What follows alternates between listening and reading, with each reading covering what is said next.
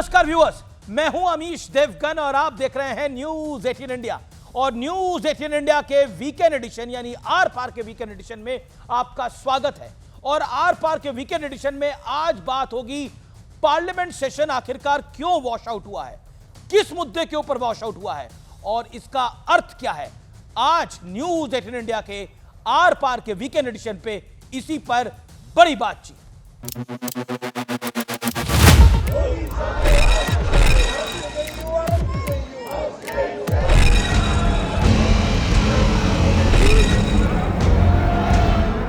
Opposition MPs, विशेष करके जो नए एमपीज हैं, उसको बोलने का मौका नहीं मिला।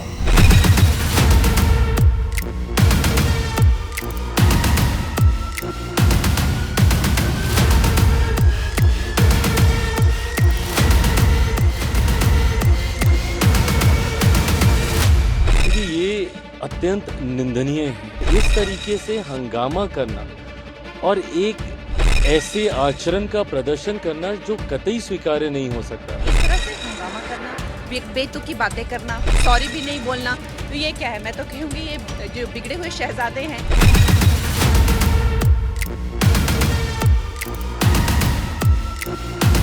मैं मांग करता हूँ सरकार से कि सांसदों के इस मानसून सत्र के सारे सैलरी ना दिया जाए, अन्य भत्ता भी ना दिया जाए और सदन चलाने का जो भी खर्चा है वह एमपीओ से वसूला जाए। सभा की कार्रवाई अनिश्चित काल के लिए स्थगित की जाती है।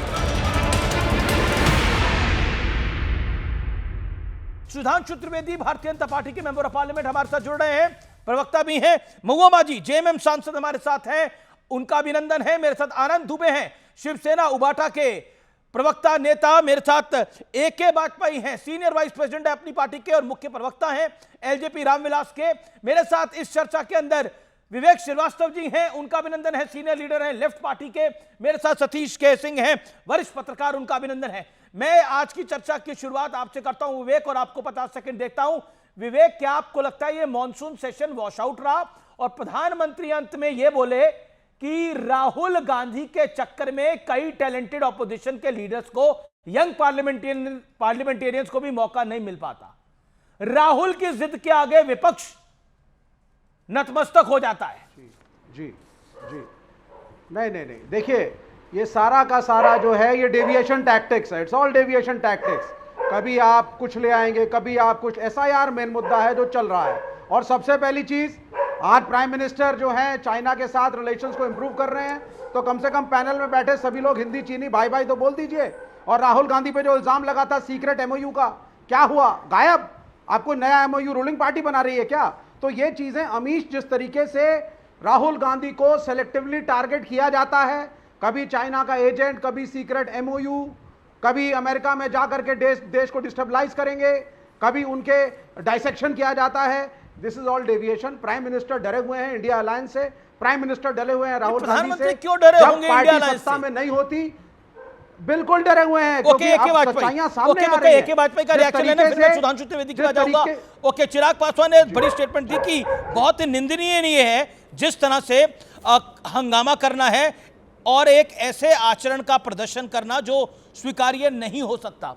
एके वाजपेयी, मैं आपका रुख करता हूं। प्रधानमंत्री डरे हुए हैं इंडिया अलायंस से, इसीलिए राहुल गांधी की बात कर रहे हैं। ऐसा इंडिया अलायंस ने क्या कर दिया है कि प्रधानमंत्री और आप लोग डर गए हैं उनसे? प्रधानमंत्री क्यों डरेंगे या अलायंस पार्टनर एनडीए के क्यों डरेंगे? किस लिए डरेंगे? 2029 तक तो कोई वैकेंसी प्राइम मिनिस्टर की है ही नहीं। चुनाव जीत के आए हैं बकायदा, और सारे की सारे एनडीए के पार्टनर इंटैक्ट हैं और आगे भी इंटैक्ट रहेंगे। देखिए, देश के विकास की तरफ ले जाने का दृढ़ निश्चय किया है। 15 अगस्त को लाल किले की प्रचलित से उन्होंने, प्रधानमंत्री जी ने विजन दिखाया है कि हमको देश को कहाँ आगे ले जाने के लिए क्या क्या करना है। डरने का सवाल ही नहीं होता है। ये लोग खामखा के मुद्दे उठाते हैं, देश की जनता को गुमराह करने की कोशिश है, लेकिन नाकामयाब हो जाते हैं। चर्चा की बात करते हैं और उसके बाद टहटाई फिस हो जाती है। ऑपरेशन सिंदूर पे क्या किया इन्होंने? पूरा हंगामा बचा के रख दिया, और जब चर्चा हुई तो उसमें क्या निकल के आया? तो हमारा कहना है ये मुद्दे इनके पास है नहीं, सिवाय गुमराह करने के। अब एसआईआर पे लगे हुए हैं, एसआईआर पे गुमराह करने की कोशिश की जा रही है, लेकिन सुप्रीम कोर्ट देख रहा है मैटर। ओके, दूध का दूध और पानी का पानी हो जाएगा। ओके, विवेक कब वापस 30 ला रहे हैं सेकंड। वाजपेयी जी? टिकटॉक कब वापस ला रहे हैं? अब चालू हो जाएगा टिकटॉक वापस? अब गलवान के जो विशूरवीर थे, आप अब तो उनकी चाइना वीरता जिंदाबाद याद नहीं आ करिए, रही? चाइना इसी जिंदाबाद चैनल पे जब करिए बोला आप करते बस। थे, विवेक आप श्रीवास्तव, चाइना जिंदाबाद terror करिए, and talk cannot go China से together। छुप के एमओयू हमको वो करिए, है कि चाइना के अंदर घुस चाइना से जाएंगे। छुप छुपा के एमओयू आज करने क्या वाले हुआ? लोग हैं, चाइना का झंडा कौन उठा सा के छुप चलने छुपा वाले के लोग हैं MOU? विवेक जी। अपने नैरेटिव को समझिए, राहुल गांधी को टारगेट करना बंद करिए और अपने डर को खत्म करिए, प्रजातंत्र में विश्वास करिए।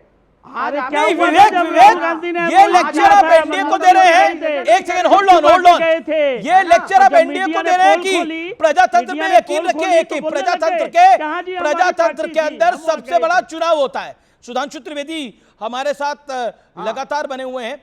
विवेक श्रीवास्तव, प्रजातंत्र का सबसे बड़ा आईना चुनाव होता है। चुनाव लोकसभा का आप हारे, आपका बेटर प्रदर्शन रहा, लेकिन आप चुनाव हारे। उसके बाद हरियाणा में विपक्ष हारा, झारखंड में जीता विपक्ष, महाराष्ट्र में हारा, जम्मू कश्मीर में जीता विपक्ष, दिल्ली के अंदर एक टफ फाइट में बीजेपी ने आम आदमी पार्टी को चुनाव हरा दिया। सीधी सी बात है, प्रजातंत्र तो चुनाव से होता है। उस चुनाव में आपका यकीन समाप्त हो रहा है।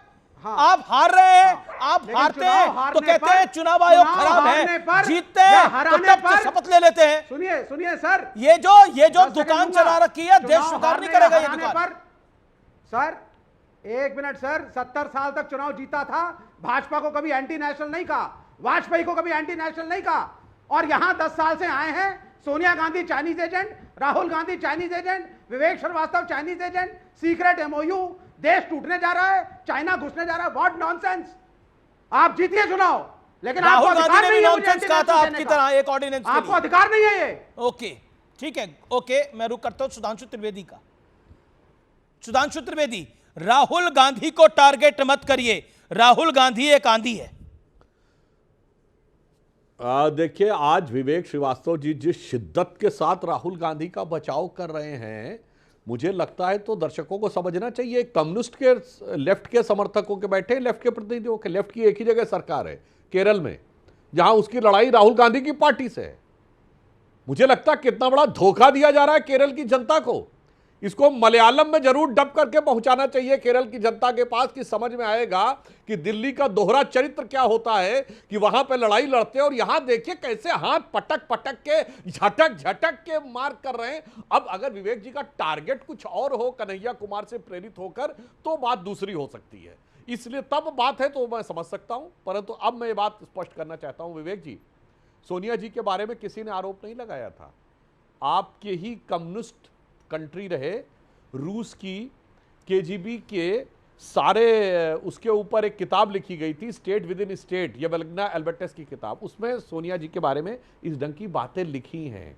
ये कोई बीजेपी ने नहीं बुलाया था, और उनको कायदे से उसके ऊपर जाकर मानहानि का मुकदमा करना चाहिए था। और तो और मैं दर्शकों को लिए कह दूं, उसमें केजीबी के चीफ विक्टर चेरबोकोव ने 1985 में क्या क्या किया, बहुत सारी बातें विद रेफरेंस टू कॉन्टेक्स्ट लिखी हुई हैं।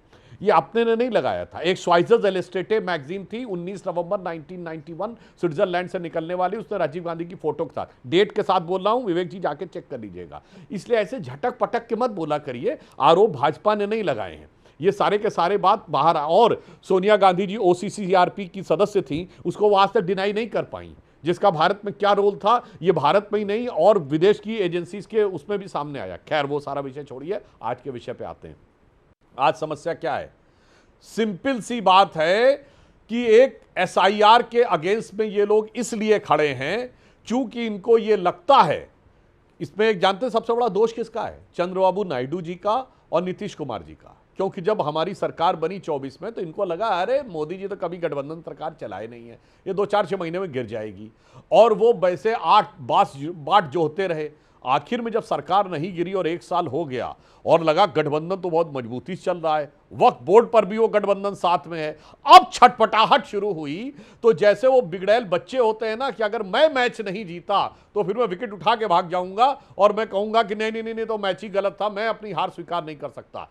या दूसरी मानसिकता क्या है? एक पुराना गीत था अमीश जी, होंगे राजे राजकुंवर हम बिगड़े दिल शहजादे, सिंहासन पर हम जा बैठे जब जब करे इरादे।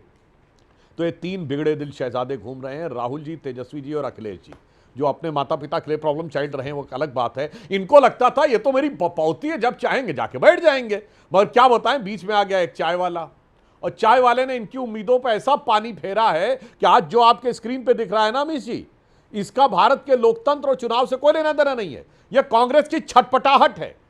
कांग्रेस वैसे छटपटा रही है सत्ता के बिना जैसे जल के बिना मछली छटपटाती है। ओके। कांग्रेस के पूरे इतिहास में, मतलब मैं एक लाइन में कह दूं, वाइसरॉय एग्जीक्यूटिव काउंसिल से लेकर आज तक कभी कांग्रेस इतनी सत्ता के बाद 10 साल नहीं रही है। इसीलिए आप देखिए 14 के बाद उतनी छटपटाहट थी, उससे ज्यादा 19 के बाद दिखी, 19 के बाद 24 में उससे ज्यादा छटपटाहट दिख रही है।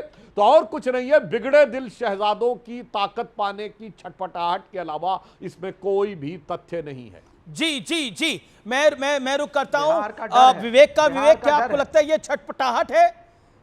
10 सेकंड। ओके महुआ जी, मैं आपका भी रुक करूंगा। 30 सेकंड बोलिए। हाँ सिर्फ 30 सेकंड। बिहार का डर सता रहा है सुधांशु जी को भी और प्राइम मिनिस्टर मोदी को भी। तेजस्वी भी हैं, अखिलेश भी पीछे से समर्थन देंगे, राहुल गांधी हैं। तो ये जोड़ी इनको समझ नहीं आ रही है, तो एक नया हमला करने की कोशिश की कि युवाओं को तो लेकर के साथ चल नहीं सकते राहुल गांधी। सर, जब क्राइसिस का समय आता है तो पता चलता है अपना कौन और किसमें कितना दम है। वो व्यक्ति जो और सर, अगर हम केरल में उनसे लड़ते हैं तो बिहार में गठबंधन भी है। इस बात को भी जरा कोट करिए कि वामपंथी पार्टियां कांग्रेस के साथ मिलकर के लड़ेंगी और इस बार आपको बाहर का रास्ता दिखाएंगी। और तीसरी चीज, जब क्राइसिस का समय आता है तो गुलाम नबी आजाद भी चले गए, युवा नहीं थे। हमारे प्राइम मिनिस्टर तो पुराने फॉर्मर प्रेसिडेंट आरएसएस के यहाँ चले गए प्रणाम करने के लिए। लेकिन असली आइडियोलॉजी को मानने वाला व्यक्ति कभी भी अपनी आइडियोलॉजी से डेविएट नहीं होता। ओके, ठीक है। सुधांशु त्रिवेदी, जवाब दें Mahua Maji, member of parliament of Rajya Sabha. Okay JMM. Okay Sudhanshu ji, देखिए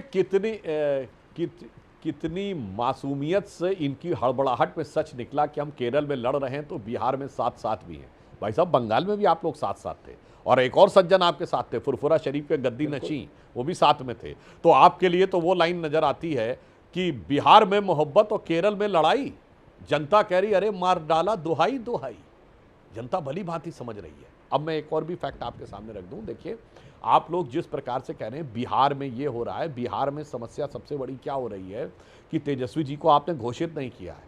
वो बेचारे वो भी शिद्दत से कह रहे हैं भाई मैं राहुल गांधी को पीएम कहने को तैयार हूं, मगर वो मुझे घोषित कर दे। कुछ वैसे ही है जैसे आसिम मुनीर कहते हैं कि मैं ट्रंप को नोबेल पीस प्राइज देने को तैयार हूं, भाई तुम मेरे लिए कुछ पैसा ला के दे दे, मेरे देश को कुछ दे दे, उस ढंग की बात। तो उसी ढंग से तेजस्वी कह रहे हैं कि मैं राहुल जी को पीएम बनने को तैयार हूं, मगर राहुल जी का दिल नहीं पसीज रहा है, क्योंकि उनकी नजर तो इसके ऊपर है ना कि जो वोट बैंक कॉमन वाला है ना, वो कॉमन वाले में कितनी कॉमनलिटी है। एक लाइन में बता दूं अमित जी, चुनाव आयोग ने बुलाया इंडी गठबंधन वालों को तो इन्होंने कहा हम अकेले नहीं आएंगे, हम ज्यादा लोग आएंगे। चुनाव आयोग ने कहा आप 30 लोग आ जाइए, 30। खड़गे जी का बयान है कि अगर हम 30 लोगों को चुनते तो बाकी लोग नाराज हो जाते, हमें तो पूरे 300 चाहिए। सोचिए, इन लोगों को आपस में एक दूसरे पे भरोसा नहीं है। मतलब 30 लोग अपने में से नहीं चुन सकते, ये एक नेता क्या चुनेंगे समझ में आ सकता। ओके मैं जेएमएम की मेंबर ऑफ पार्लियामेंट का रुख करता हूं। महुआ माजी, चलिए मनमुटाव होगा और मतभेद भी होंगे, लेकिन मनभेद तो नहीं है ना। चाय पे बुलाया स्पीकर ने, उसमें भी कोई नहीं गया।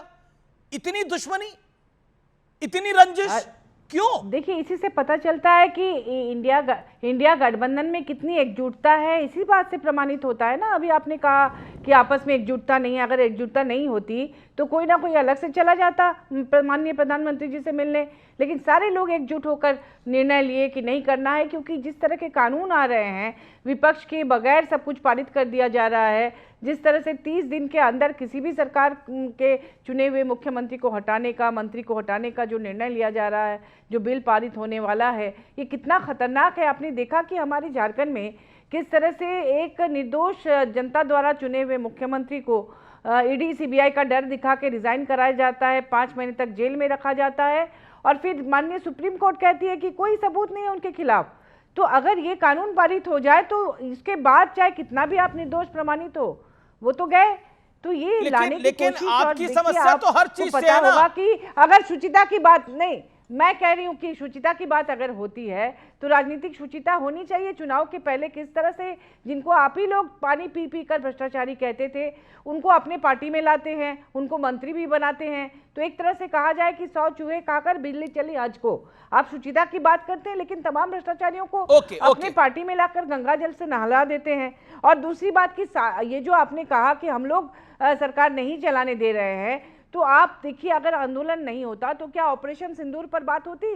पहला 7 दिन सत्ता पक्ष ने बर्बाद किया, उन्होंने हंगामा करने दिया। अगर पहले ही वो मान जाते तो 1 हफ्ता देश का बर्बाद नहीं होता। उसी समय ऑपरेशन सिंदूर पर चर्चा करने की बात पहले ही दिन आप कह देते, 7 दिन बच जाते। SIR पर हम लोग बात कराना चाहते थे, उसमें आप राजी नहीं हुए।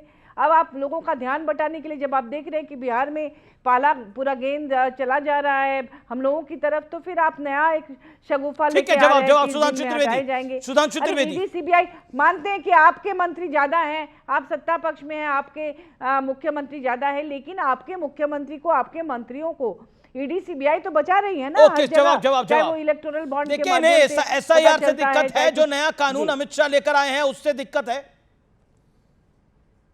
देखिए, जो लोग ये आरोप लगाने का प्रयास कर रहे हैं, मैं उनको याद दिलाना चाहता हूं, इन लोगों का भ्रष्टाचार के साथ चोली दामन का साथ रहा है। पिछले 30-35 सालों की कोई लोकसभा नहीं बता सकते जब इंडी गठबंधन के दलों के नेताओं ने भ्रष्टाचार के आरोप में जांच एजेंसी और कोर्ट कचहरियों के चक्कर न काटे हों। मैं अपने विपक्षी दलों को और महुआ जी को याद दिलाना चाहता हूं, आज राहुल जी और सोनिया जी जिस मुद्दे पे जमानत पे हैं वो अक्टूबर 2013 में शुरू हुआ था, उन्हीं की सरकार के दौर में दिल्ली हाई कोर्ट के आदेश पे। और आगे मैं सारे केसेस की लिस्ट गिना रहा हूं, इसमें कोई भी उनकी सरकार ने नहीं शुरू किया, सब कोर्ट गए लोग और कोर्ट ने उनको दोषी, कोर्ट ने उनको आरोपित किया और वो जेल में गए। ये कनिमोझी ए राजा जेल गए 2011 में, हमारी सरकार नहीं थी। सुरेश कालमाड़ी जेल गए 2010 में, हमारी सरकार नहीं थी। मधु कौड़ा जेल गए 2008 में, हमारी सरकार नहीं थी। महुआ जी ध्यान देख सुनिए, 2006 में शिबू सोरेन जेल गए, हमारी सरकार नहीं थी। करुणानिधि 2000 में जेल गए, लालू यादव 97 में जेल गए, जलेता 96 में जेल गई। झारखंड मुक्ति मोर्चा रिश्वत कांड 94 में हुआ, राजीव गांधी जी पे 87 में लगा आरोप और 1990 में उन पे FIR हुई। भाई साहब तुम सुनिए, तब तो कोई मोदी जी का नामो निशान राजनीति में नहीं था, भारतीय जनता पार्टी सत्ता में नहीं थी, तभी तो चैलेंज करके पूछता हूं 80 के दशक से आज तक का एक बता दीजिए। ओके, ये आनंद दुबे और सतीश किसी ने अभी तक एक बारी भी नहीं बोले हैं। मैं एक करके दोनों से बुलवा लेता हूं। ओके, सुधांशु जी मैं आपके पास आ रहा हूं। सुधांशु जी एक लाइन बोल दो। बोलिए सुधांशु जी, कंप्लीट योरसेल्फ, 10 सेकंड्स। देखिए, यहां पे समस्या इनका सरकार के प्रति अविश्वास नहीं है, इनका अपने लोगों पे अविश्वास नहीं है। इनके कई लोग बोल चुके हैं दूसरा अगर सीएम की कुर्सी बैठ जाएगा तो छोड़ेगा नहीं भैया, क्या पता इसीलिए अपने परिवार के अलावा किसी को सीएम की कुर्सी नहीं देते हैं। हमारे यहां तो इसमें प्रावधान है कि आपको जमानत मिलेगी, वापस आ जाएंगे। हमारे यहां आडवाणी जी थे, आरोप लगा, उन्होंने कहा नहीं और कोई बात नहीं, वापस आए, यथावत रहे। अमित शाह जी ने कहा जैसे ही सम्मान मिला मैंने छोड़ दिया, वापस गृह मंत्री बने। येदियुरप्पा जी छोड़े, फिर वापस सीएम बने। इनके यहां डर है कि भैया धक्का देने को 10 पीछे खड़े हैं, तो अविश्वास सरकार के प्रति नहीं, अविश्वास गठबंधन अपने आनंद दुबे सरकार पे विश्वास नहीं है। आनंद दुबे सरकार पे विश्वास नहीं है या अपने पे विश्वास नहीं है, बताइए। अमीश भाई नमस्ते। सुपुआ तो बोले बोले छलनियों बोले जिसमें 72 छेद। अभी शुचिता की और नैतिकता की बात भारतीय जनता पार्टी से हम लोग सोचेंगे, जिस पार्टी में एक एसपी जी के सामने आ जाने से कैमरे में नेताजी का फ्रेम अच्छा ना आता हो और उन्हें बगल कर दिया जाता हो। आदरणीय जेपी नड्डा जी से हमें इतनी सहानुभूति है कि जब वो चलते हैं तो रिमोट की तरह कैसे लगते हैं, पूरे देश ने देखा है। वो आज कह रहे हैं कि राहुल गांधी से परहेज है, लेकिन बाकी कांग्रेस की युवाओं नेताओं पर हमें पूरा भरोसा है। और जो युवा नेता बोल रहे थे कि छोड़ के गए, वो कौन छोड़ के गए? वो नवीन जिंदल, वो जतिन प्रसाद, वो ज्योतिरादित्य सिंधिया, वो मिलिंद देवरा। अरे पीढ़ी दर पीढ़ी कांग्रेस ने सींच कर इतना बड़ा किया कि कहीं जाने के काबिल तो हुए। वो आज हमें ज्ञान का पाठ पढ़ा रहे हैं। अरे भाई, ये जो 15 लाख का सूट पहनने वाले नेताजी हैं, जो शहंशाह आजम हैं, विधायक ही चले गए थे, आपकी तो पार्टी चली गई है। अरे सुनिए तो, पार्टी चली गई है परिवार के चक्कर में। जो शहंशाह आजम, अपनी पार्टी चली गई है परिवार के चक्कर में। अरे आप अमीश भाई ऐसे जब सब लोग बोल रहे थे, मैं ध्यान से सुन रहा था, आप किसी के बीच में नहीं कूदते हैं। आप जब हम छोटी पार्टी के नेता जब बोलते हैं, छोटे कार्यकर्ता बोलते हैं, तो आप कूद जाते हैं। तो मेरा वही कहना है कि हमें बात तो पूरी हो जाने दीजिए। आज आप विपक्ष को कोस रहे हैं, आज आप विपक्ष को नीचा दिखाना चाहते हैं। क्यों भाई? अरे भैया, बार बार विपक्ष को कोसते हो, जिसकी जिंदगी का स्टाइल ही शहंशाह जैसा हो, सुल्तान आजम जैसा हो, जिसके यहाँ तानाशाही और अहंकार चरम पर हो, जहां लोकतंत्र नाम की कोई चीज ना हो, केवल दो नेता ही सबसे सर्वोपरि हो, वहां के लोग पाठ पढ़ा रहे हैं कि विपक्ष डरा हुआ है। शिंदे जी ने इसीलिए पार्टी छोड़ी, उन्होंने बोला उद्धव ठाकरे की सेना में लोकतंत्र नहीं था, हम बीजेपी के साथ जीत के आए लेकिन कांग्रेस के साथ चले गए। लोकतंत्र तो समाप्त तभी हो गया था जब कांग्रेस के साथ गई शिवसेना। फर्श से उठाकर जिसको अर्श पर बिठा दिया, यही तो वो है, भी अगर अपनी भावनाओं से आहत है, वो भी आहत है। बैठे थे वो अर्श पे चले वही गए। तो आप ये नहीं मानते जनता ने शिंदे को वहां तक पहुंचाया? आप मानते हैं आपने पहुंचाया? अरे मौका पार्टी देती है, मौका पार्टियां देती हैं। तो पार्टी मोदी तो जी को शिंदे की बीजेपी है। ने मौका दिया तो तो मोदी जी वहां शिंदे तक की है। पहुंचे। पार्टी तो अब शिंदे की है। अरे आज हो गई है, शिवसेना शिंदे की आज है। हो गई है ना। आप कॉपी है। अरे ठीक है, चुनाव आयोग, ईडी, सीबीआई इनकी मदद से हो गई है। जिस दिन ये कमजोर हो जाएंगे वापस हमारी हो जाएगी। ये कौन सी बहुत बड़ी बात है राजनीति में? ओके, सुधांशु त्रिवेदी। देखिए, मैं आनंद दुबे जी ने जो बात बोली तो मुझे एक पुरानी बात याद आ गई। इनके मुंह से रिमोट शब्द निकला। मुझे याद है जब पहली सरकार भाजपा शिवसेना गठबंधन की बनी थी 95 से 2000 के बीच में, बाला साहब ठाकरे ने उस समय मनोहर जोशी जी आपके सीएम बने थे।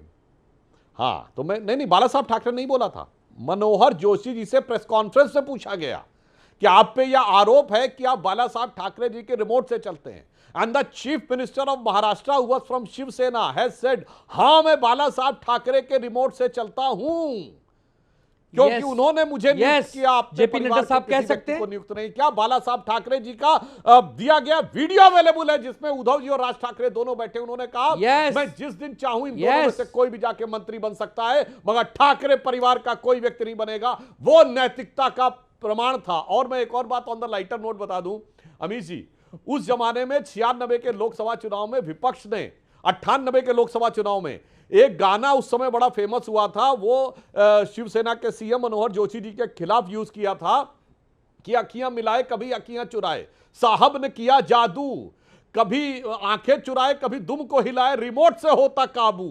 यानी ये सीएम के खिलाफ यूज किया था। और भाई साहब, बड़ी और छोटी पार्टी किसने कहां बैठाला? 98 के बाद हमारे 182 सांसद थे और आपके 16, फिर भी आपका स्पीकर बनाया था, याद रखिए। इसलिए हमने गठबंधन दर ईमानदारी से निभाया। और आज जो हो रहा है, अब क्या हुआ? उद्धव ठाकरे भी ऐसी पार्टी के समर्थन से बने सीएम जिसमें 2 रिमोट थे, एक एनसीपी दबाती थी, एक कांग्रेस दबाती थी। बीच में अमीश भाई, ओके आनंद, अमीश भाई, इन्होंने हमें नहीं बनाया था, हमने इनको मदद करके महाराष्ट्र में घुसने की जगह दी थी। ये हमारे एक प्रकार से पिछलग्गू हुआ करते थे। वक्त के साथ इन्होंने धोखेबाजी सीख ली, इन्होंने पीठ में छुरा भोंकने की अच्छी कला सीख ली, ईडी और सीबीआई का दुरुपयोग करना सीख लिया और आज बहुत बड़े बड़े बन गए। अरे हम तो पंडित अटल बिहारी वाजपेयी जी को मानते हैं, जो कहते थे क्या हार में क्या जीत में किंचित नहीं भयभीत में, कर्तव्य पथ पर जो मिला यह भी सही वह भी सही। आज की भाजपा कहती है हारना नहीं है, सिर्फ जीतना है। चाहे बूथ का बूथ लूट लो, चाहे ऑटो में चोरी कर लो, चाहे डकैती डाल लो, जीतना ही हमारा धर्म है, जीतना है हमारा काम है। ये तो बीजेपी बदल गई। शिवसेना नहीं कहती थी कि आपको जुड़ना चाहिए कांग्रेस के साथ। कांग्रेस और आपका वोट बैंक तो एक नहीं था ना। अब तो बेस्ट के अंदर दोनों भाई भी एक साथ आए, तब भी नहीं जीत पाए। बेस्ट के अंदर दोनों भाई एक साथ आए, 0 अंडा ही आया। अब बताइए, ये भी सत्य है ना? नहीं जीत पाए इसका मतलब नहीं जीत पाए इसका मतलब अस्तित्व समाप्त हो जाता है। बहुत सारी पार्टियां देश में नहीं जीत पाती, संघर्ष करती हैं, देश सेवा की भावना से लड़ती हैं। किसने किसको कहां रखा, किसने किसको धोखा दिया? मैंने तो अभी लेटेस्ट फुटेज देखी है। 9वीं या 10वीं रो में उद्धव ठाकरे और आदित्य ठाकरे बैठे हुए हैं, 9वीं 10वीं रो में। और अमित शाह मातोश्री गए थे मिलने के लिए, राजनाथ सिंह मातोश्री जाते थे मिलने के लिए, 100वीं रो में अडवाणी मातोश्री जाते थे मिलने के लिए। 100वीं रो में भी ये रो में भी बैठा जाए और सम्मान मिले वो ज्यादा उचित है। महाजन मातोश्री 100वीं रो में भी बैठा जाए और सम्मान मिले वो ज्यादा उचित है। पहली रो में बिठा के किसी को आप तमाचा मारे, किसी को बेइज्जत करें, उससे अच्छा तो 100वीं रो में बैठ के सम्मान पाए। अरे दिल्ली तक आए थे उद्धव ठाकरे, दिल्ली आज तक आए एनडीए थे के कि घटक उनको दलों की सीएम क्या घोषित कर दिया स्थिति जाए, है? लेकिन आज कांग्रेस ने एनडीए नहीं करा के था घटक 24 दलों की विधानसभा क्या चुनाव में। स्थिति है, दिल्ली तक कितना आए थे आगे उद्धव बढ़ते ठाकरे। हैं और कितना बोल पाते हैं, ये आप भी जानते हैं और हम भी जानते हैं। Okay, Sudhanshu Trivedi 40 second, then Satish मुझे केसिंग। लगता बस एक फैक्चुअल करेक्शन कर दूं। आनंद दुबे जी ने कहा कि इन्होंने हमको स्थान दिया। भाई साहब, आप क्या बात करते हैं? राष्ट्रीय स्वयंसेवक संघ 1925 में बना था, महाराष्ट्र की ही धरती के ऊपर, और आप कह रहे हैं कि 1990 में आके आपने हमको स्थान दिया। इसी अहंकार ने आपको इस स्थिति में पहुंचाया है, इसलिए ध्यान रखना चाहिए। और सम्मान की बात है तो मैं पूरे ईमानदारी से कहना चाहता हूं कि आपको कितना सम्मान मिला, और आज आपका जो सम्मान है, अगर कुर्सी ही सम्मान थी तो कुर्सी के सम्मान से किसी को सम्मान नहीं मिलता। आप देख लीजिए, बहुत से लोग हैं जो राहुल गांधी जी आ तो गए नेता प्रतिपक्ष की कुर्सी के ऊपर, और बाकी छोड़ दीजिए।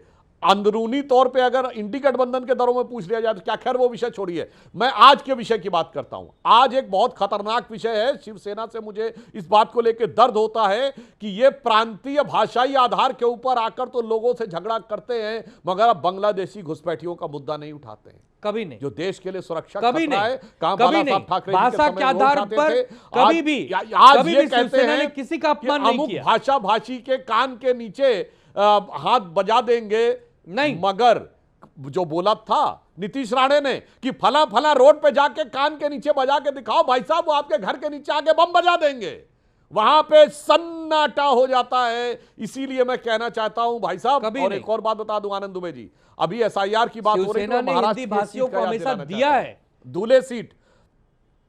सर अपने अपने टर्न पे बोलिए, आप बोल रहे थे, हम भी शांति से सुन रहे थे, आप भी सुनिए, अपने टर्न पे बोल दीजिएगा। मैं दर्शकों को याद दिलाना चाहता हूं, महाराष्ट्र का विषय है। महाराष्ट्र में एक सीट है धुले, जिसमें 6 विधानसभाएं हैं। 5 विधानसभाओं में भारतीय जनता पार्टी 1,94,000 से जीती। छठी विधानसभा जो थी उसमें 1,98,000 से हार गई। और वो विधानसभा कौन? एक विधानसभा में 1,98,000 से विधानसभा कौन है? मालेगांव सेंट्रल। मालेगांव में 43% एक्स्ट्रा वोट जुड़ा है, और ये कह रहे हैं महाराष्ट्र में 4% के लेके हाय तौबा मचा रहे हैं। मालेगांव में 43%, लेकिन मालेगांव पे शिवसेना नहीं बोलेगी, मालेगांव में 92% का वोट बैंक है वो, इसलिए इनको समस्या हो रही है। और याद करिए वही सीट है, सपा और कांग्रेस में जी तोड़ लड़ाई हो रही है। 10 second, okay 10 second. Anand Dubey, then Satish केसिंग, वेटिंग फ्रॉम लॉन्ग पेशेंटली।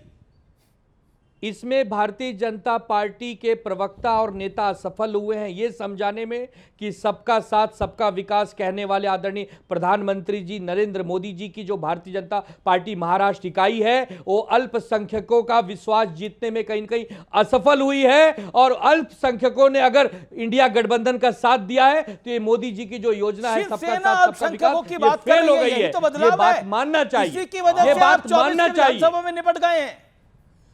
पहले आप उनके वोट पे डिपेंडेंट नहीं थे, अब आप उन्हीं के वोट पे डिपेंडेंट हैं। हमारे साथ तो हिंदू भी है, हमारे साथ मुसलमान भी है। ऐसे ही करते रहेंगे तो हाल और बुरा होगा। हिंदू मुसलमान दोनों हैं। यही तो प्रधानमंत्री जी का सपना रहा है ना, कहना कुछ करना कुछ, जो कहूंगा वो करूंगा नहीं, जो करूंगा वो कहूंगा नहीं।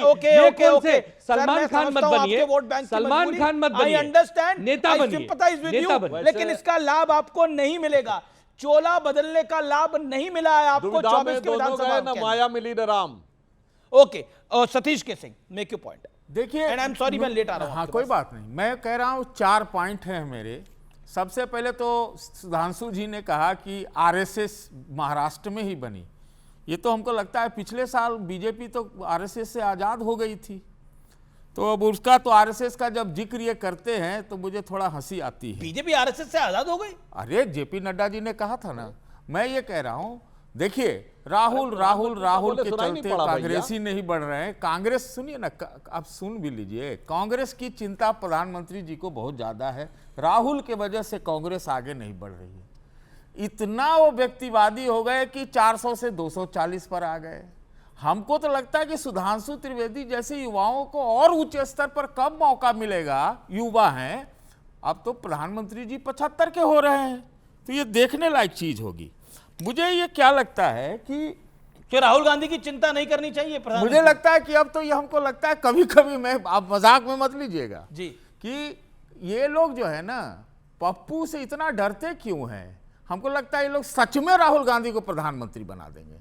जिस तरह से फोकस करते हैं, जिस तरह से उन्हीं के एजेंडा को फॉलो करते। किसको बोला? पप्पू ये लोग राहुल गांधी को बोलते थे भाई, ट्रोल कर करके 10 साल किए। मैं एक बात बोल रहा हूं, आप जीएसटी का मसला देखो, आप यहां किसी ने नहीं बोला। अरे ये लोग बोले भाजपा बड़ी दुनिया की सबसे बड़ी पार्टी है, लेकिन एक अध्यक्ष नहीं चुन पाई है, तो अब युवाओं को कहां से चांस मिलेगा? मैं एक बात बोल रहा हूं, मैं एक लाइन और बोलता हूं, मैं ये बोलना जरूरी है। देखिए, राहुल गांधी ने 5-7 एजेंडे इस देश में रखे और आज 100% जो है भारतीय जनता पार्टी की सरकार फॉलो कर रही है। अब तो जीएसटी वाला भी, कोरोना में उन्होंने क्या कहा, इसके अलावा जाति की गणना पर कितना सुधांशु जी बोले, लेकिन क्या कहा जाए, अब तो इन्हीं को जात गिननी पड़ रही है। तो ऐसे कई एजेंडे हैं तो ये लोग फॉलो कर रहे हैं। तो पप्पू बनाने में 10 साल गवा दिए और 1 साल में ये हमला कर करके हमको लगता है उस आदमी को और बड़ा बनाते जा रहे हैं। ओके, सुधांशु त्रिवेदी, राहुल की चिंता ना करें आप। वैसे सतीश जी, आपकी आप सांसद तो कहती है वरिष्ठ कंगना व्यक्ति हैं, रनौत मुझसे कि अधिक बिगड़े हुए शहजादे हैं। हाँ, मैं बता रहा हूं, देखिए आप तो मुझसे वरिष्ठ हैं, आपने मुझसे अधिक पुरानी बातें याद होंगी। आप जात पे हमारी बात कह रहे हैं। हमारी सरकार ने तो निर्णय लिया था जातिगत गणना का बिहार में मई 2022 में, जब गणना शुरू हुई सितंबर में, तब तक इनकी सरकार आ गई थी। मगर आप पप्पू की बात कह रहे हैं जनाब, ये बताइए, ये किसने जातिगत गणना रुकवाई? किसने? नेहरू जी ने। फिर ये नारा किसने दिया था? जात पे ना पात पे, इंदिरा जी की बात पे मोहर लगेगी हाथ पे जी। अब आप आइए, 6 सितंबर 1990 को अपने पॉलिटिकल कैरियर का सबसे बड़ा भाषण संसद के अंदर खड़े होकर राजीव गांधी ने दिया और उन्होंने कहा कि जाति की बात करना राम जैसे मैकडोनाल्ड के कम्युनल अवार्ड की तरह है, अंग्रेजों के विभाजित करने वाली बात पे। भाई साहब, ये अपने खानदान का पप्पू कौन बना रहा है? ये बताइए, अपने खानदान का पप्पू कौन बना रहा है? आप इस जंग की बात कहते हैं, मैंने किसी के लिए प्रयोग नहीं किया, आपने कहा था तो मैंने उसके काउंटर में कह दिया। मैं तार्किक उत्तर आप ही से ले लेता हूं। एक बार पुनः नहीं, एक सेकंड, अगर कोई मौका दिया जाए। अरे बोलिए सतीश जी। अच्छा चलिए, आप बोलिए, आप पूछ लीजिए, समय, सॉरी आप बोलिए, हाँ पूछिए। ओके सतीश जी, बोलिए। मैं तो ये कहता नहीं, आप पूछ लीजिए बीच। देखिए, अगर सीरियस डिस्कशन करना चाहते हैं तो मैं एक ही क्वेश्चन पूछ देता हूं कि भाई समय समय पर चीजें बदलती है, नीति बदलती है, तो हम क्या बोलते हैं? अगर अडवाणी जी ने जाके जिन्ना के मजार पर मत्था टेक दिया तो क्या आप उनको मानते हैं? यस और नो अप्रूव करते हैं? तो अडवाणी जी ने तो उसी त्यागपत्र भी देना पड़ गया। यही मैं कह रहा हूं। सही है, अडवाणी जी ने त्यागपत्र, मगर दिलवाया गया। सुनिए, एक मिनट। हाँ, तो हमारी पार्टी में विचारधारा से अडवाणी जी का जो महान योगदान था, परंतु उसके उपरांत भी उन्होंने इस विषय के ऊपर त्यागपत्र दे दिया। अब मैं दूसरी बात कह रहा हूं, आपको दिलवाया गया तो मैं बताना चाहता हूं, पार्टियां जब बदलती हैं अपना चरित्र इतना, तो वो पार्टी जो महात्मा गांधी का विरासत का दावा करती है, महात्मा गांधी का राजनीतिक दर्शन क्या था सतीश सिंह जी? राम राज्य। उनका नित्य का भजन क्या था? रघुपति राघव राजा राम। उनके मुंह से निकला अंतिम शब्द क्या था? हे राम। उनकी समाधि पे क्या लिखा है? हे राम। और 2007 में आलापनामा देती है कांग्रेस की गवर्नमेंट कि राम तो थे ही नहीं, राम काल्पनिक थे, यानी गांधी का राम राज्य काल्पनिक था। गांधी की समाधि पे लिखा काल्पनिक है। जब इतना बदल जाते हैं राजनीति में तो जी आज पर आते हैं। ओके, इसलिए मैं आज के परिप्रेक्ष्य में सतीश जी, क्या आपको लगता है विपक्ष को जो रोल अदा करना चाहिए वो कर पा रहा है, या आपको लगता है कि जिस तरह से ओम बिरला ने बोला एक नेगेटिव रोल अदा करा है? देखिए, वो क्या बोले, स्पीकर के पद पर मैं कुछ नहीं बोलना चाहता। मैं इतना जरूर बोलना चाहता हूं कि एक पहले हम लोग सुना करते थे कि सड़कें जब सूनी हो जाती है तो डैश डैश डैश। अगर संसद में काम नहीं हो रहा है तो मैं समझता हूं कि लोकतंत्र जीवित है, क्योंकि लोकतंत्र जीवित है, संसद में काम नहीं हो रहा। सुनिए, कैसे कह सकते हैं? अरे आप सुन तो लीजिए। हाँ बताइए, सुनना भी सुन ही रहा हूं मैं तो। 2010 का वाकया देता हूं सुधांशु जी के स्टाइल में। 2010 में या फिर यूपीए के दूसरे कार्यकाल में भारतीय जनता पार्टी मुख्य विपक्षी दल थी, कितना संसद चलने दिया। खासतौर से 2010 में मेरे ख्याल से एक ऐसा सत्र क्या मनगढ़ंत मुद्दा था? नहीं क्या मनगढ़ंत तो मुद्दा अभी था? आपको कहां से मनगढ़ंत नहीं लग नहीं रहा है? नहीं 2G का मामला, CWG का मामला क्या मनगढ़ंत था? मैं कह रहा जी ने बोला था। अरे मैं कह रहा हूं अभी मनगढ़ंत आप कैसे डिक्लेयर मैं करते हैं? एक सेकंड बताइए, आप कैसे अब ये डिक्लेयर दिल कर में सकते भावना है, आप कैसे इलेक्शन डिक्लेयर कर कमीशन सकते बोल रहा है, अरे विपक्ष में सुप्रीम कोर्ट कह रहा है, अब बताइए मनगढ़ंत नहीं मानूंगा मैं। सुप्रीम कोर्ट कहां कह रहा है? ओके, सुप्रीम कोर्ट ने क्या बोला? सुप्रीम कोर्ट ने SIR को रोका क्या? नहीं रोका नहीं तो इसका मतलब थोड़ी तो फिर रोका नहीं है क्या? मुद्दा अगर नहीं होता तो 65 लाख का डिलीशन हो रहा था, उसको सार्वजनिक करने के लिए ये SIR आधार को जोड़ता इलेक्शन नहीं। कमीशन कह रहा है कि ये कि इस बात में कोई दम नहीं है, ये कहानी मनगढ़ंत है। सुप्रीम कोर्ट SIR को मना नहीं कर रहा है, लेकिन ये मनगढ़ंत मुद्दा नहीं है। ओके, LJP रामविलास पासवान वो सिरोधार है, स्पोक्सपर्सन, वो तो सिरोधार है। और अब तो ये लोग अदालतें खत्म करने में है कि अदालत क्या बोल रहे हैं? अब अदालत कब तक होने वाली है? एग्जीक्यूटिव जो है अब जो है किसी को अदालत खत्म होने वाली है, सिपाही प्रधानमंत्री आपकी का नौकरी पद जाने वाली है। सकता आप वरिष्ठ अधिवक्ता भी हैं, तो आपकी नौकरी जाने वाली है। नहीं वाली है और क्या है?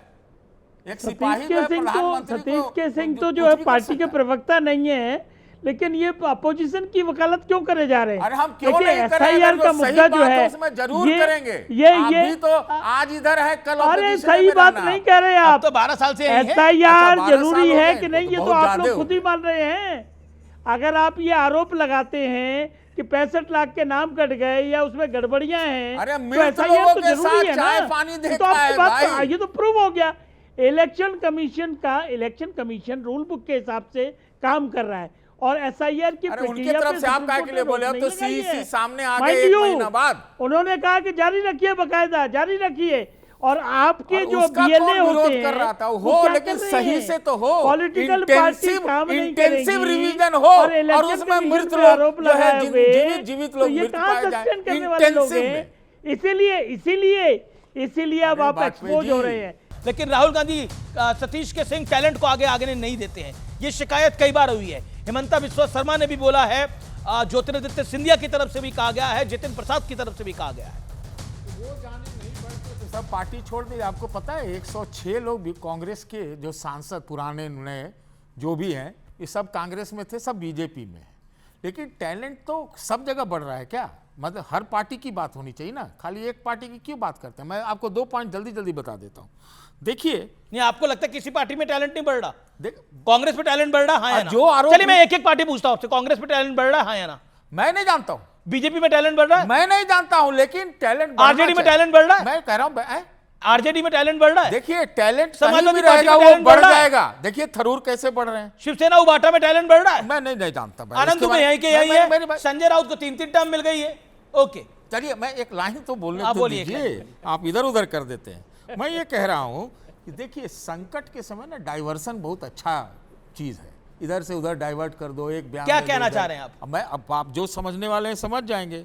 बात दरअसल ये है कि जो स्थितियां बन रही हैं संकट में, मैं तो देख पा रहा हूं, और ये मैं कोई पक्ष और विपक्ष वाला नहीं हूं, मैं तो देख रहा हूं कि संकट की स्थिति या स्थिरता की स्थिति ऐसी है कि कहीं बात जो है नो कॉन्फिडेंस मोशन तक न ले जाए लोग, चाहे वो भ्रष्ट हो चाहे वो जैसा भी हो, लेकिन वहां ये स्थिरता का संकेत होगा। दरअसल सच्चाई ये है। आप लोगों से आप सड़क पे जाके बात कीजिए, वो अपने वोट के अधिकार को लेकर उसको लेकर चिंतित हैं। मैं समझता हूं इस पर संसद में चर्चा हो जाती, संसद में चर्चा हो जाती। देखिए एक बांग्लादेश मॉडल पर काम हो रहा है इस देश के अंदर, समझना ये इस देश के कोटि लोगों को समझना पड़ेगा। एक बांग्लादेश मॉडल पर काम हो रहा है, बांग्लादेश का मॉडल दिखाकर अराजकता फैलाई जाए और खेल खेला जाए। Simple as that. यह बात योगेंद्र यादव ने बकायदा एक अपने साक्षात्कार में बोली है। योगेंद्र यादव आज की डेट में राहुल गांधी के एडवाइजर बने पड़े हैं। प्रॉब्लम यह हो गई है, राहुल गांधी लेफ्टिस्ट से गिर गए हैं, प्रॉब्लम यह हो गई है। Okay, make your point Sudhanshu Trivedi. नहीं, अब वो लेफ्टिस्ट से गिर नहीं गए हैं, पूरे अल्ट्रा लेफ्ट की आत्मा ही उनके अंदर प्रवेश कर गई है।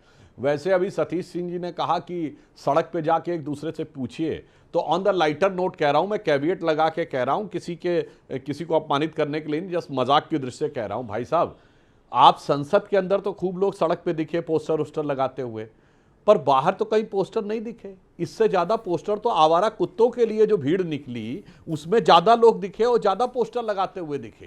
इसलिए जो आप सड़क पे कह रहे हैं जाके देखना चाहिए, मुझे लगता है आपको आंखें खोल के देखना चाहिए कि देश क्या है। और मैं सिर्फ एक बात कह दूं कि भ्रम बनाने का प्रयास बहुत पुराना लंबा सिलसिला है।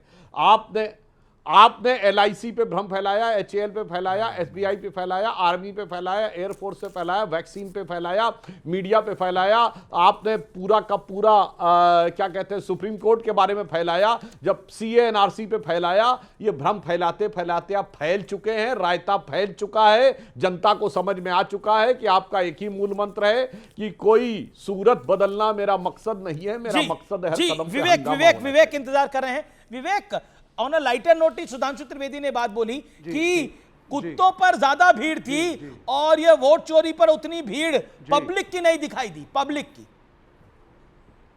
नहीं, पब्लिक साइलेंटली काम करती है, सत्ता पलट करती है, करेगी। 75 साल के सर, आप कन्हैया कुमार को टैलेंट नहीं मानते, आप गुरदीप सप्पल को टैलेंट नहीं मानते, ये सब टैलेंटेड लोग क्या कांग्रेस में नहीं है? ये आपको दिखते नहीं है? फिर आप कहेंगे तो वामपंथी है साहब, वामपंथी को टैलेंट नहीं मानते। 75 साल के प्राइम मिनिस्टर मोदी साहब हटे थे, इनको चांस दिया था, आडवाणी की हट करके इनको चांस दिया था। विवेक ओके जी, LJP के spokesperson make your point sir. देखिए, ऐसा है, ये लोकतंत्र को तार तार करने पर तुले हुए हैं, देश को विदेशों में भी बदनाम करते हैं, SIR पे इलेक्शन कमीशन को गुंडा बोल रहे हैं। और अब वक्त है सत्य और तथ्य का। बिहार में SIR यानी स्पेशल इंटेंसिव रिवीजन का पूरा विपक्ष विरोध कर रहा है।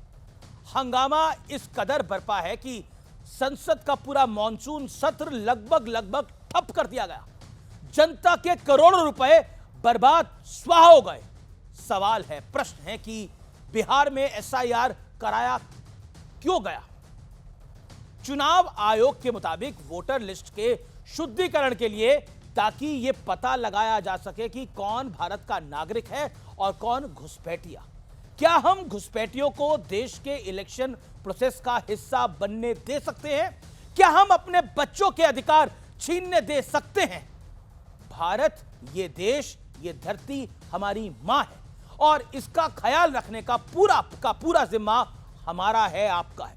और जो विपक्षी पार्टियां SIR का विरोध कर रही है, उनके लिए आज मैं कुछ आंकड़े लाया। न्यूज़ 18 की एक्सक्लूसिव इन्वेस्टिगेशन के मुताबिक बिहार नेपाल सीमा से सटे जिलों में वोटर्स की संख्या में जबरदस्त इजाफा हुआ है। आप हैरान हो जाएंगे, भारत नेपाल के बीच नो मैंस लैंड पर बांग्लादेशी, रोहिंग्या और भूटान से घुसे लोग बड़ी संख्या में रहते हैं। इन बस्तियों में 300 से 500 परिवार हैं, यानी ये बस्तियां घुसपैठियों के लिए प्रजनन स्थल की तरह बन चुकी है। भारी आबादी वाले इस नो मैंस लैंड में लोगों से बातचीत करने पर पता लगता है कि उनके पास भारतीय वोटर ID कार्ड, आधार कार्ड, यानी खुद को एक भारतीय नागरिक साबित करने के लिए पर्याप्त सबूत हैं। आंकड़े बताते हैं कि 2019 और 2025 के बीच अररिया में 41.69%, मधुबनी में 79%, सीतामढ़ी में 51%, पश्चिम चंपारण में 71% और पूर्वी चंपारण में 126% से ज्यादा वोटरों में इजाफा हुआ है। बिहार का 600 किलोमीटर का बॉर्डर अंतर्राष्ट्रीय सीमा से लगता है, यह ध्यान देने वाली बात है। और न्यूज़ 18 की एक्सक्लूसिव रिपोर्ट के यह साबित करने के लिए काफी है कि घुसपैठियों की समस्या अब अलार्मिंग स्टेज तक पहुंच चुकी है। खुद प्रधानमंत्री मोदी भी इसका जिक्र कर चुके हैं। देश में घुसपैठियों की बढ़ती संख्या चिंता का विषय है। बिहार के सीमावर्ती जिलों में तेजी से डेमोग्राफी बदल रही है। इसलिए एनडीए सरकार ने तय किया है कि देश का भविष्य घुसपैठियों को नहीं तय करने देंगे।